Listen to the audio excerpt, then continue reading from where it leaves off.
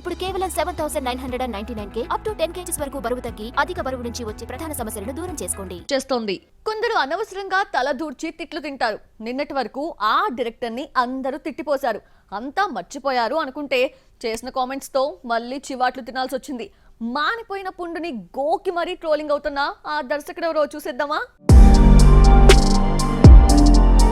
Adipurush release కాకుండానే దర్శకుడు ఓం రౌత్ పై Prabhas fire అయ్యాడు.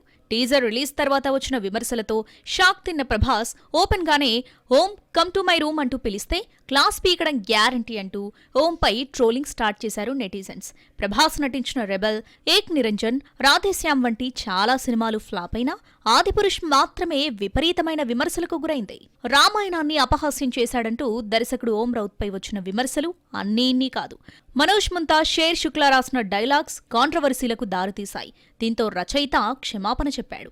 సినిమా ఫ్లాప్ అయినా ఓం రౌత్ మాత్రం మారలేదు. సినిమా ఫ్లాప్ అని ఒప్పుకోవడం లేదు. ఆదిపురుష్ వరల్డ్ వైడ్ 242 కోట్లకు బిజినెస్ జరుపుకుంటే 192 కోట్లే రాబట్టింది. అయితే ఓం రౌత్ మాత్రం సినిమా హిట్ అంటూ రీసెంట్ గా ఓ ఇంటర్వ్యూలో పేర్కొనగా నెటిజన్స్ ఆడేసుకుంటున్నారు. బాక్సాఫీస్ వద్ద తొలి రోజు 70 కోట్లు కలెక్ట్ చేసిందని, మొత్తంగా 400 కోట్లు వచ్చిందన్నాడు.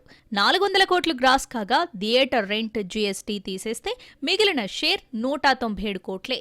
ఇది చెప్పకుండా వచ్చింది మొత్తం చెప్పాడు. దీంతో నెటిజన్స్ ఫైర్ అవుతూ లాభం ఎంత వచ్చిందో చెప్పకుండా ఇప్పటికీ తప్పుదారి పట్టిస్తున్నావంటూ మండిపడుతున్నారు.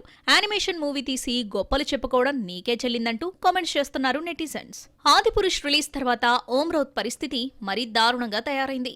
ఎంతో నమ్మించి చివరికి చిన్నపిల్లల యానిమేటెడ్ మూవీ తీశాడన్న కోపం ప్రభాస్ ఫ్యాన్స్ లోనే కాదు అందరిలో ఉంది. ఆదిపురుష్ తర్వాత ఓంను తిట్టిన తిట్టకుండా తిట్టారు. దీంతో బాలీవుడ్ ఆఫర్స్ రాకుండా పోయాయి. సినిమా రిలీజ్ అయి ఏడాది దాటినా నెక్స్ట్ మూవీ మొదలు పెట్టలేదు.